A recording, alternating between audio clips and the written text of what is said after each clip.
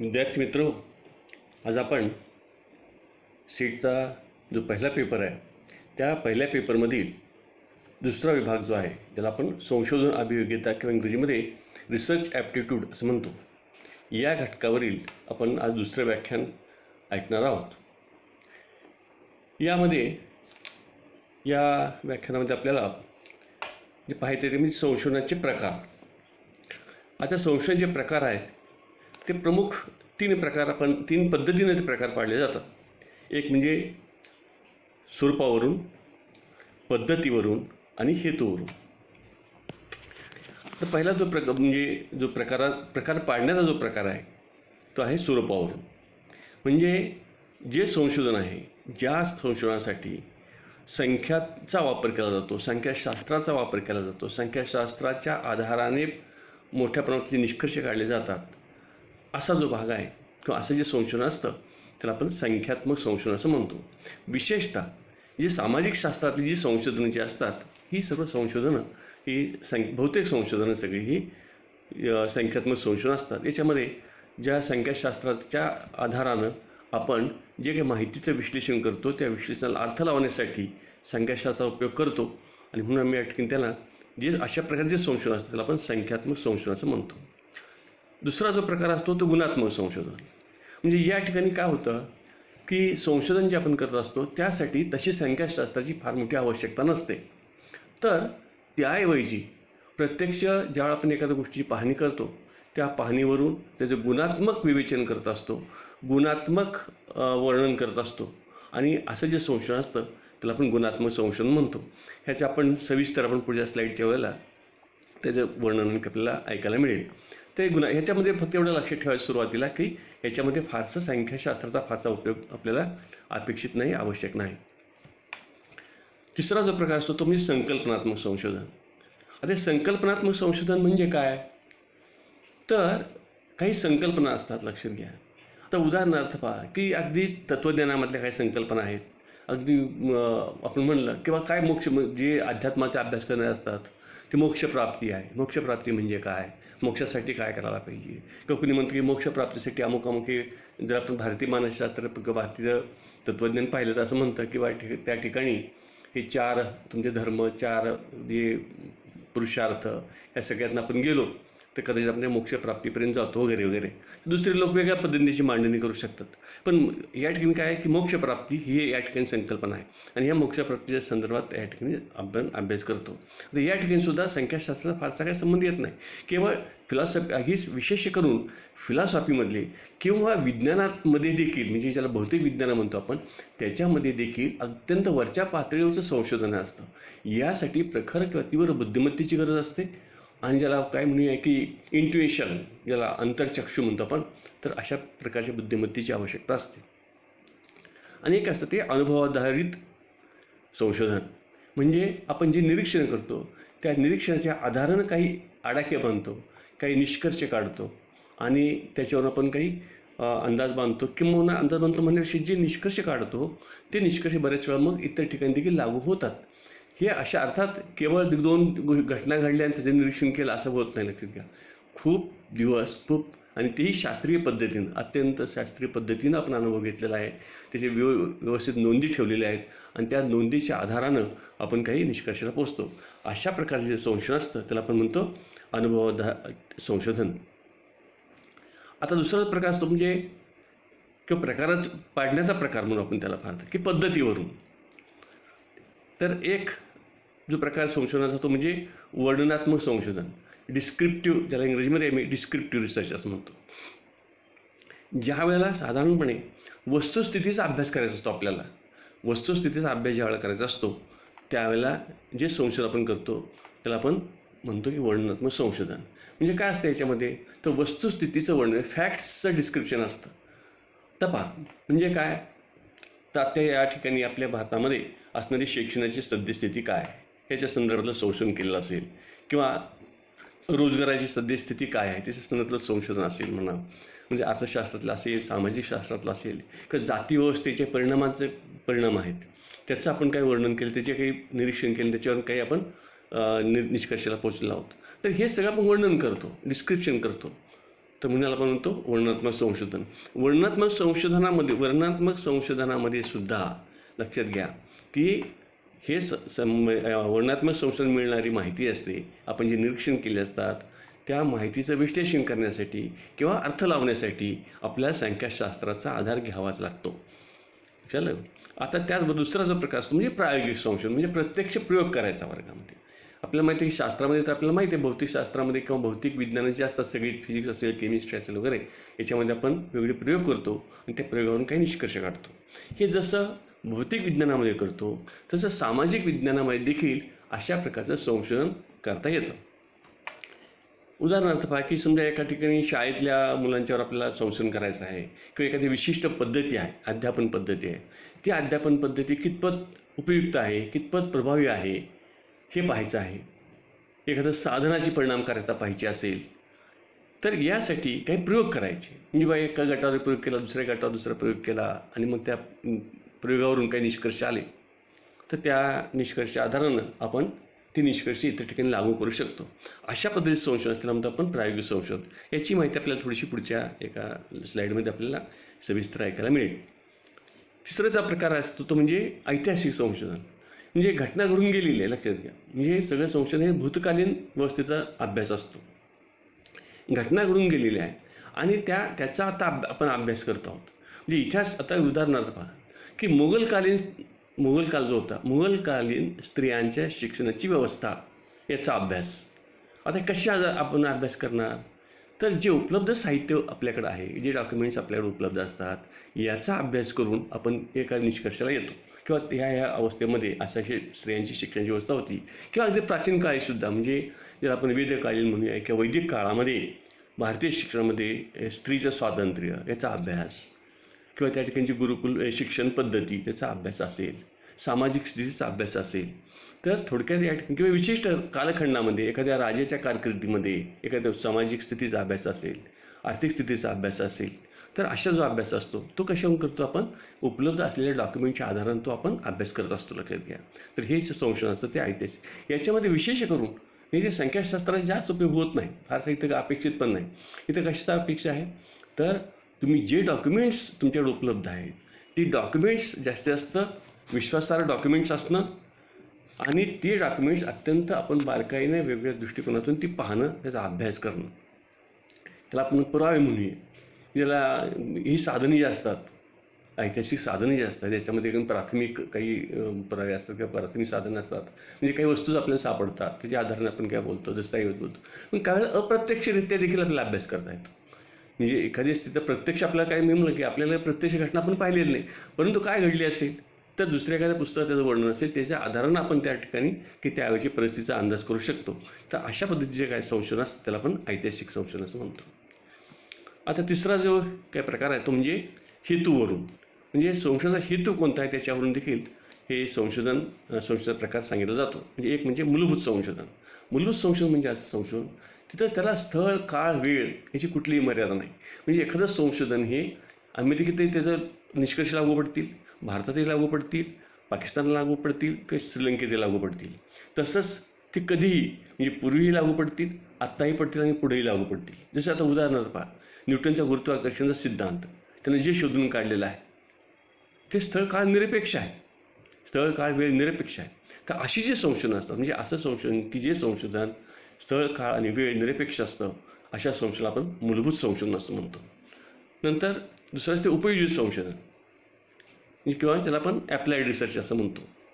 म्हणजे काय, तर विशिष्ट उपयोगासाठी. म्हणजे मी त्या मूलभूत संशोधन मला इंटरेस्ट नाही, मी सोलापूरचा आहे किंवा मी महाराष्ट्रातला आहे किंवा मी भारतातला आहे आणि माझ्या पुढे काही प्रश्न आहेत आणि त्या प्रश्नाच्या अनुषंगानं हे सोडवण्यासाठी केलेलं संशोधन, म्हणजे बेकारी संपवण्यासाठी केलेलं संशोधन किंवा या ठिकाणी विद्यार्थ्यांच्यामध्ये विद्यार्थ्यांचा रिझल्ट वाढवण्यासाठी केलेलं संशोधन, आर्थिक परिस्थिती सुधारण्यासाठी केलेलं संशोधन, म्हणजे आम्ही ठरवलेलं आहे आणि त्या प्रश्नाची सोडवणूक मला करायची आहे, त्यासाठी आम्ही संशोधन करतो. त्या संशोधनाला म्हणायचं उपयोजित संशोधन. आणि तिसरा जो प्रकार त्यातला असतो तो म्हणजे कृती संशोधन. खरं म्हणजे उपयोजित संशोधनाचाच एक छोटासा भाग आहे कृती संशोधन. कृती संशोधन म्हणजे असं संशोधन की जो संशोधक असतो त्याची जी तात्कालिक गरज असते, तात्कालिक अडचण जी असते, ते तात्कालिक अडचण सोडवण्यासाठी केलेलं संशोधन. अत्यंत साधं अगदी एक शिक्षक आहे बरं का, आणि त्याला असा प्रश्न पडतो आहे की मी इतकं चांगलं शिकवतो इंग्रजी 10वीला आणि तरीसुद्धा माझ्या वर्गाचा निकाल काही चांगला लागत नाही SSCचा. आणि मग तो काय करतो की त्यासाठी विचार करतो, अभ्यास करतो, काय करता येईल याच्यासाठी, वेगवेगळे प्रयोग करतो.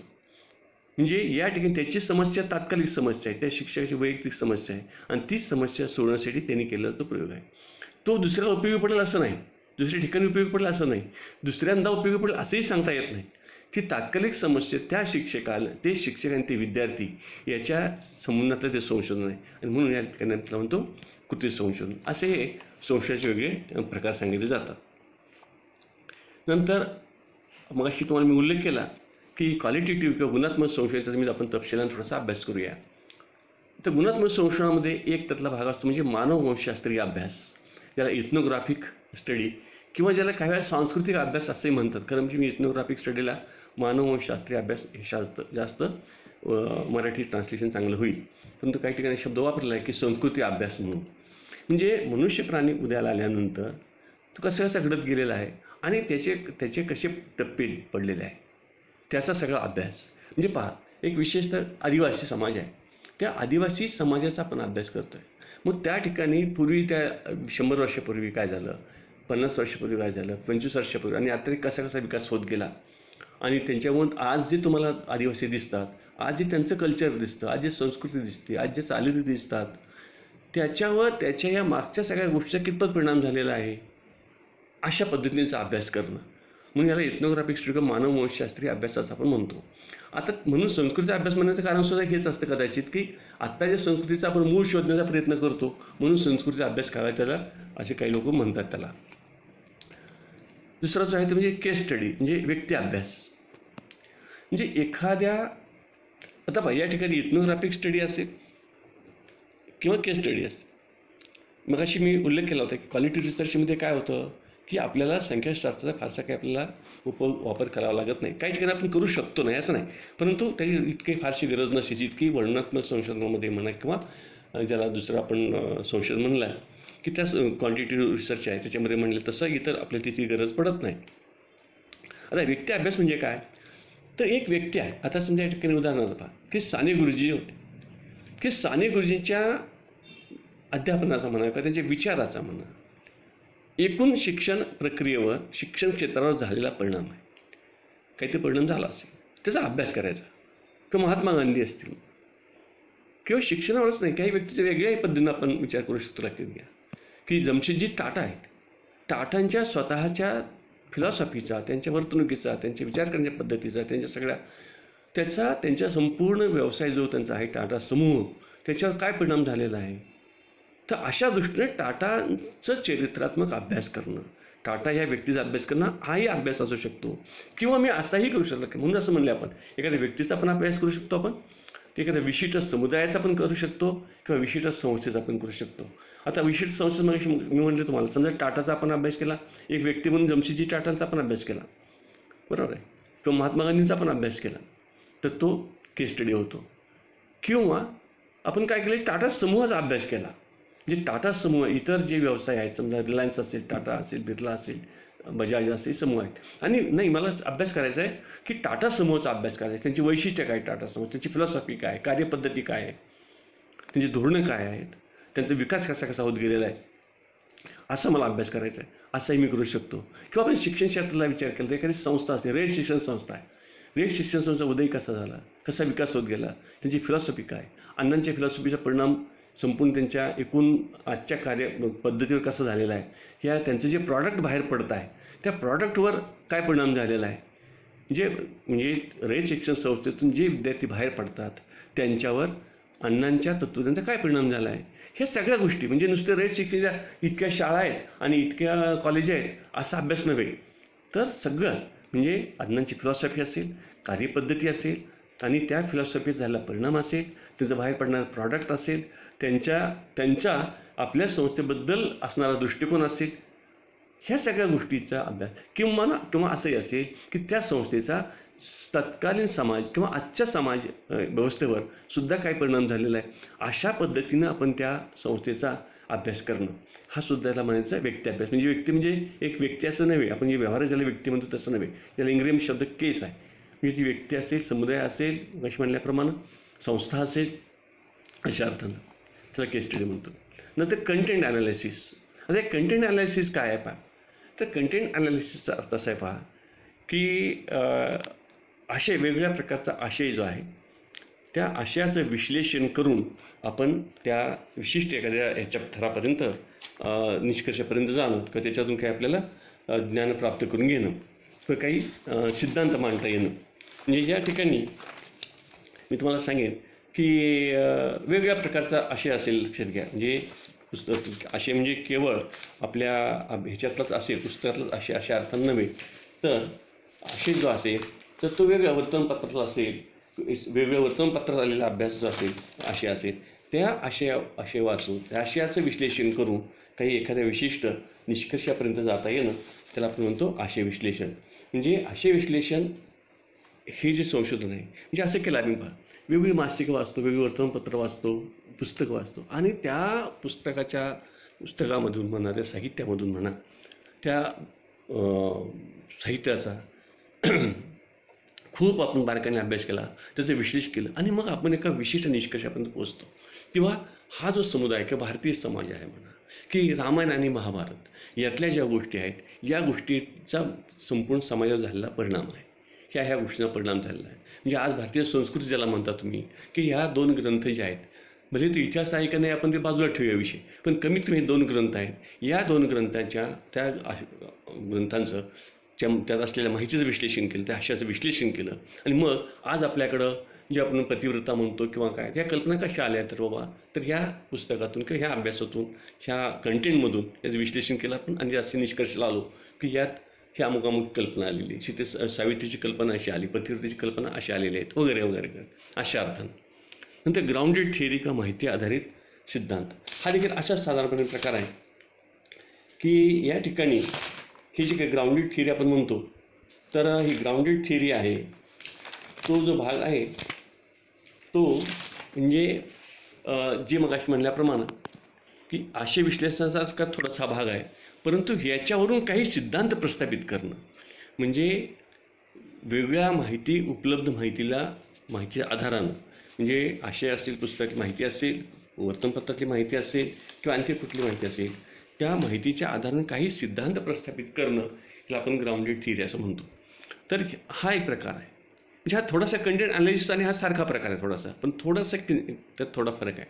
आणि 5वा आणखी एक प्रकार आहे, तर म्हणजे मी दिलेलं नाही तुम्हाला, मी सांगेन म्हणजे की 5वा एक प्रकार आहे तो म्हणजे सहभागी निरीक्षण, म्हणजे पार्टिसिपेशन थिअरी असं आपण म्हणतो. म्हणजे काय पहा की विशेषतः समाजशास्त्रामध्ये अशी कल्पना मांडली जाते की जो संशोधक असतो त्या संशोधकानं एखाद्या, समजा अशी मला कल्पना करा की मला एका मेळघाटातल्या आदिवासी जीवनाचा अभ्यास करायचा आहे, तर मी त्या ठिकाणी अभ्यासाला गेलेलो आहे आणि त्या ठिकाणी मी त्यांचाच एक घटक म्हणून तिथं राहतो, त्यांच्यापैकीच एक म्हणून मी राहतो आणि त्या सगळ्यांचं समुदायाचं निरीक्षण करत असतो आणि ह्या निरीक्षणावरून काही निष्कर्ष काढतो.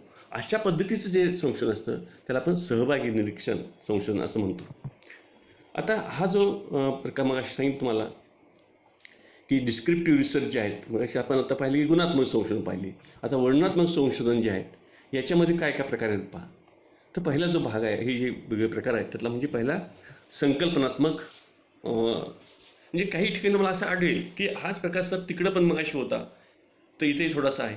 हे अगदी असा आपण वॉटर टाईट असे कंपार्टमेंट नाहीत, लक्षात घ्या. तर इथे डिस्क्रिप्टिव्ह रिसर्चमध्ये संकल्पनात्मक संशोधन असा एक भाग येतो. मग अशी म्हणल्याप्रमाणे तत्त्वज्ञानातली एक संकल्पना आहे, एक विशेषता आहे की प्रत्यक्षतावाद नावाची एक संकल्पना आहे किंवा उपयुक्ततावाद आहे समजा, आणि उपयुक्ततावाद जे आहे त्या उपयुक्ततावादाच्या संदर्भात संशोधन करणं, म्हणजे अस्तित्ववादाच्या संदर्भात संशोधन करणं, अशा प्रकारच्या काही संकल्पना आहेत. आता हे कोण करतं, हे विशेषतः फिलॉसॉफर्स करतात, अत्यंत बुद्धिमान माणसं करतात, जे विचारवंत ज्यांना म्हणतो आपण अशी विचारवंत करतात आणि केवळ ते जे करत असतात लक्षात घ्या, असा त्यांचा हेतू नाही की मला ह्याचा काय फायदा आहे, ह्याचा उपयोग काय आहे, असा विचार करत नसतात लक्षात घ्या. हे केवळ ज्याला आपण एक आदर्शवादी जी कल्पना असते की ज्ञानासाठी ज्ञान किंवा काय असे एक ज्ञान लालसा जी असते, ज्ञान जिज्ञासा जी असते, त्या जिज्ञासेपोटी केलेलं संशोधन असतं त्याला आपण. आणि की केवळ तत्वज्ञानातली काही संकल्पना घेतली असेल, त्या संकल्पनेच्या एक अगदी तत्वज्ञानच नव्हे, मगाशी मी बोलल्याप्रमाणे कधी विज्ञानातलीच कल्पना असतात लक्षात घ्या. म्हणजे एखादी थिअरी जेव्हा मांडतो नंतरचा उपयोग होत असेल विज्ञानामध्ये, परंतु आता ब्लॅक होल थिअरी जी आहे जेव्हा ती मांडली असेल, जेव्हा तो मनुष्य अभ्यास करत असेल, त्यावेळेला हे खरं अर्थानं ते संकल्पनात्मक संशोधन होतं. नंतर कदाचित ते कुठल्या सिद्धांताला मग आईन्स्टाईनच्या सिद्धांताला कसं जोडलं जातं किंवा काय होतं आहे हा पुढचा भाग झाला. पण त्या माणसाने त्यावेळेला जे संशोधन केलं असतं ते संकल्पनात्मक संशोधन असतं. मग अशी म्हणले आपण दुसरं असतं ते अनुभवाधारित किंवा निरीक्षणाच्या आधारावर केलेलं संशोधन. आपण खूप पाहतो, खूप आपण निरीक्षण करत असतो आणि जे अनुभव घेत असतो त्या अनुभवाच्या आधारानं आपण काही निष्कर्षाला पोहोचतो. मग हे जे काय आता मगाशी म्हणल्याप्रमाणे की निरीक्षण या ठिकाणी जेव्हा आपण असं म्हणतो त्याला एक लक्षात घ्या. पहिल्यांदा आपण कालसुद्धा शिवाय असं म्हणलं होतं, संशोधन मुळात हे म्हणजे सगळं सिस्टमॅटिक आहे, लॉजिकल आहे. लक्षात घ्या. म्हणजे कसंही नुसतं आपलं मी जाता पाहिलं आणि त्याला निरीक्षण म्हणत नाही. आपण अत्यंत काळजीपूर्वक आपण निरीक्षण केलेलं आहे, पद्धतशीरपणे केलेलं आहे आणि अत्यंत तार्किकतेने त्याची मांडणी केली आहे. अशा आधारानं केलेलं संशोधन असतं निरीक्षणाच्या आधारानं. म्हणजे एकदा नाही, नेहमी लक्षात घ्यायचं की एकदा मी निरीक्षण केलं, कुठेतरी गेलो पाहिलं आणि लगेच निष्कर्ष काढला असं होत नसतं. अनेक वेळा आपण ती गोष्ट पाहिलेली आहे आणि मग आपण त्या निष्कर्षाला येणं, ज्याला आपण उद्गामी पद्धती म्हणतो की अगोदर वेगळी उदाहरणं घ्यायची आणि त्याच्यावर एका निष्कर्षाला यायचं. हा जो काही भाग असतो म्हणजे या ठिकाणी उद्गामी पद्धतीनं आपण एका निष्कर्षाला येत असतो लक्षात घ्या. आणि हे जे संशोधन त्याला आपण म्हणतो अनुभवाधारित एम्पिरिकल रिसर्च, इंग्रजीमध्ये त्याला आपण एम्पिरिकल रिसर्च असंही म्हणतो. नंतर वर्णनात्मक म्हणल्याप्रमाणे सद्यस्थितीचा अभ्यास असतो की या ठिकाणी सध्या काय स्थिती आहे त्या स्थितीचा अभ्यास केला जातो. म्हणजे याच्यामध्ये असं होत नाही, म्हणजे इथं जसे थोडक्यात हे शासनाचे सर्वे असतात ना, हे सर्वे सगळे याच्यामध्ये येतात लक्षात घ्या. म्हणजे आता सध्या काय सरकारला माहिती पाहिजे किंवा काय सध्या कोविडची काय परिस्थिती आहे, आपल्या भारतामध्ये किती हॉस्पिटल्स आहेत, किती सध्या आजारी माणसं आहेत वगैरे वगैरे. ही फक्त आता ह्याचा उपयोग त्यांना पुढे होत असेल हा भाग वेगळा, पण तो पहिला तेवढा पार्ट जो आहे तो फक्त माहिती घेण्याचा आहे. म्हणजे लक्षात घ्या, हे फक्त डिस्क्रिप्टिव्ह आपण रिसर्च घेतलेला आहे. फक्त काय केलं आपण की सध्या अशी परिस्थिती आहे व इतक्या लोकसंख्येला इतके डॉक्टर आहे, इतक्या लोकसंख्येला इतक्या हॉस्पिटल आहे, इतक्या हॉस्पिटलमध्ये इतके कोविडचे बेड असू शकतात किंवा आपण निर्माण करू शकतो त्या ठिकाणी. या एवढीच फक्त माहिती, अस्तित्वात असलेल्या माहितीचं विश्लेषण करून काढलेले निष्कर्ष एवढंच याच्यापुरते मर्यादित असतं. नंतर प्रायोगिक संशोधन यामध्ये मी काय केलं पहा की मी काही परिकल्पना मांडतो, काही अंदाज करतो, मग माझ्या कल्पना मांडत असतो मी. आणि मी माझी मांडलेली कल्पना बरोबर आहे का नाही हे तपासण्यासाठी, हे पाहण्यासाठी काही प्रयोग करतो. आणि मग त्या प्रयोगाच्या आधारानं मी लोकांना काही निष्कर्ष सांगतो, वा मी असा प्रयोग केलेला आहे आणि पहा की मला असाच चांगला अनुभव आला.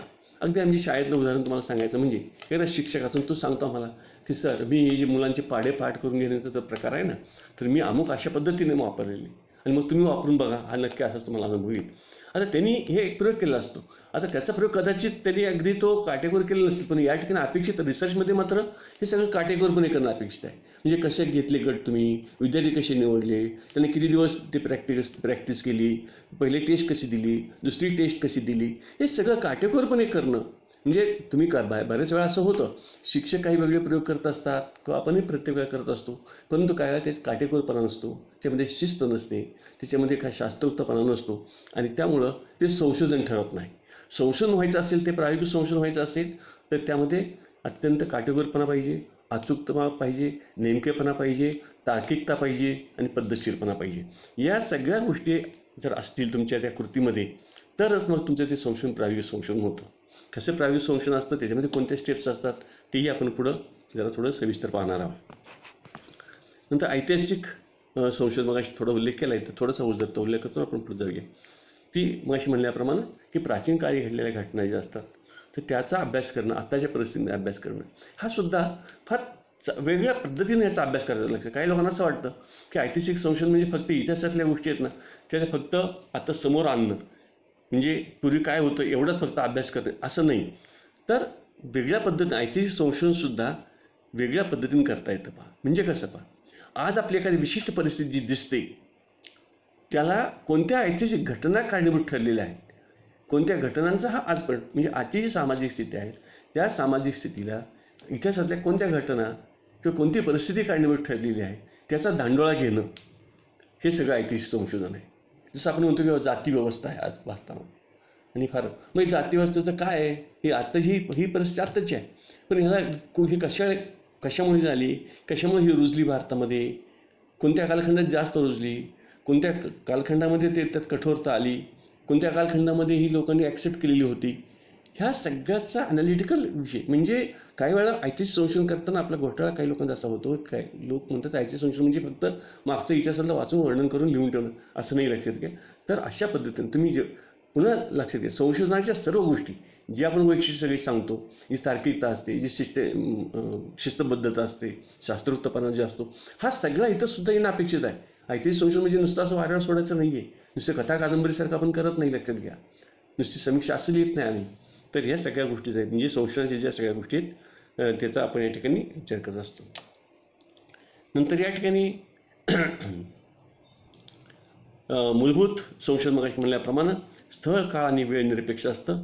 हे संशोधन अत्यंत ज्याला उच्च दर्जाचं संशोधन असतं, जे जगात प्रत्येक कुठेही कुठल्याही देशामध्ये कुठल्याही वेळेला कोणत्याही समुदायासाठी कधीही उपयोगी ठरू शकतं. असे जे संशोधन असतात त्याला विशेषतः म्हणतो मी भौतिकशास्त्रातली संशोधन जे आहेत, भौतिकशास्त्रातली संशोधन जे आहेत म्हणजे फिजिक्स असेल, केमिस्ट्री असेल, बायोलॉजी असेल, मेडिकल सायन्स असेल, ह्यातली संशोधनं ही बहुतेक सगळी ही मूलभूत स्वरूपाची संशोधनं असतात. बऱ्याच वेळा सोशल सायन्समध्ये संशोधन काही वेळा इतकी मूलभूत असू शकत नाहीत, काही असतील नाही असं नाही, परंतु मेजॉरिटी असे असतात. कारण काय असतं पहा, मी इथे समजा सोशल सायन्समधला विद्यार्थी आहे आणि मी इथले समाजशास्त्रीय काही सिद्धांत मांडतो आहे. मी काय करतो, समाजाचं काही वर्णन करतो, म्हणजे निरीक्षण करतो आहे, त्या निरीक्षणाच्या आधाराने मी काही सिद्धांत मांडले. तर काही वेळा बऱ्याच वेळा असं होण्याची शक्यता असते, हे सिद्धांत अमेरिकेतल्या त्या समूहाला लागू पडतील असं सांगता येत नाही, किंवा दुसऱ्या एखाद्या देशातल्या समूहाला लागू पडतील असं होत नाही. किंवा असंही होतं की आता मी काढलेले ह्याच समुदायाचे निष्कर्ष समुदाय संदर्भातले निष्कर्ष असतील ते 10 वर्षानं उपयोगी ठरतील किंवा लागू पडतील असंही सांगता येत नाही, आणि म्हणून ते मूलभूत संशोधन ठरत नाही. तो उपयोगी संशोधन की म्हणलं की तुम्हाला की ज्या संशोधनाचा उपयोग आपल्याला करायचा असतो, मला काही समस्या आमच्या देशापुढच्या आहेत आणि त्या समस्या सोडवण्यासाठी आपण संशोधन हाती घेतलेलं असतं, तर असे संशोधन असतं ते उपयोग. किंवा एक पॉलिसी रिसर्च नावासुद्धा एक प्रकार आहे पहा. पॉलिसी रिसर्चिंग मराठीमध्ये त्याला काय म्हणतात माहीत नाही, परंतु इंग्रजीमध्ये पॉलिसी रिसर्च नावाचा प्रकार. म्हणजे शासनाची एखादी पॉलिसी असते आणि त्या पॉलिसीची राबवणूक म्हणजे ते पॉलिसी कशी ठरली आणि त्या पॉलिसीचा अंमलबजावणी करताना कोणत्या अडचणी आल्या आणि त्या पॉलिसीच्यामुळं काय एकूण समाजावर काय परिणाम झाले, अशा अर्थानं देखील ही सगळी उपयोजित संशोधनामध्ये येतात. कारण हे उपयोग त्या कुणाच्या तरी कुठल्या समूहासाठी असेल म्हणा, देशासाठी असेल म्हणा, व्यक्तीसाठी असेल म्हणा, किंवा संस्थेसाठी असेल म्हणा, काही त्याचा उपयोग होणार असतो, अशा प्रकारचे संशोधन आहेत. आणि शेवट म्हणजे कृती संशोधन जे आहे ते म्हणजे मी कशी म्हणल्याप्रमाणे अत्यंत थोड्या काळासाठी केलेलं संशोधन, तात्कालिक अडचण सोडवण्यासाठी, समस्या सोडवण्यासाठी केलेलं संशोधन असतं. लक्षात घ्या, तात्कालिक संशोधन असू देत, उपयोजित असू देत, मूलभूत असू देत, कुठले असू देत, संशोधनामध्ये आपल्याला कॉम्प्रोमाइज, दुसऱ्या कुठलेही कॉम्प्रोमाइज आपल्याला करायचं नसतं. लक्षात घ्या, म्हणजे मगाशी म्हणल्याप्रमाणे तार्किकतेत कॉम्प्रोमाइज नाही, अचूकतेत कॉम्प्रोमाइज नाही, सिस्टमॅटिक जे काय ते वैज्ञानिक पद्धतीमध्ये कॉम्प्रोमाइज नाही, तिथे कुठे आपण कॉम्प्रोमाइज करत नाही. फक्त काय होईल इथं कृती संशोधनामध्ये की फक्त माझी अडचण संशोधक जो आहे, संशोधकाचे ते की कालावधी मर्यादित करून घेतला असेल, त्याचा जे हेतू मर्यादित करून घेतला असेल, नंतर त्या ठिकाणी त्याची प्रायोगिक कृती असेल ती मर्यादित वेळेसाठी केलेली असेल आणि त्याची निष्कर्षातली मर्यादित गटालाच लागू पडतील. त्यामुळं हे जे संशोधन आहे ते त्याला आपण म्हणतो कृती संशोधन. आता या ठिकाणी हे जे संशोधनाचे प्रकार जे दिलेले आपण, हे सगळे प्रकार आपल्याला खूप बारकाईने अभ्यासायचे आहेत. कारण परीक्षेमध्ये ह्याच्यावर प्रश्न कसे असू शकतील लक्षात घ्या. परीक्षेत प्रश्न असे असू शकतील, एखादा आम्ही संशोधन तुम्हाला देऊ, उदाहरण देऊ आणि सांगू की हे कुठलं संशोधन प्रकार आहे, किंवा असं देऊ की समजा प्रकार दिलेला असेल आणि याचं एक खाली उदाहरण दिले आहेत, यातलं कुठलं उदाहरण हे ह्या प्रकारातलं आहे. अशा पद्धतीचे काही प्रश्न आपल्याला या संशोधन प्रकारावर विचारले जाण्याची शक्यता आहे.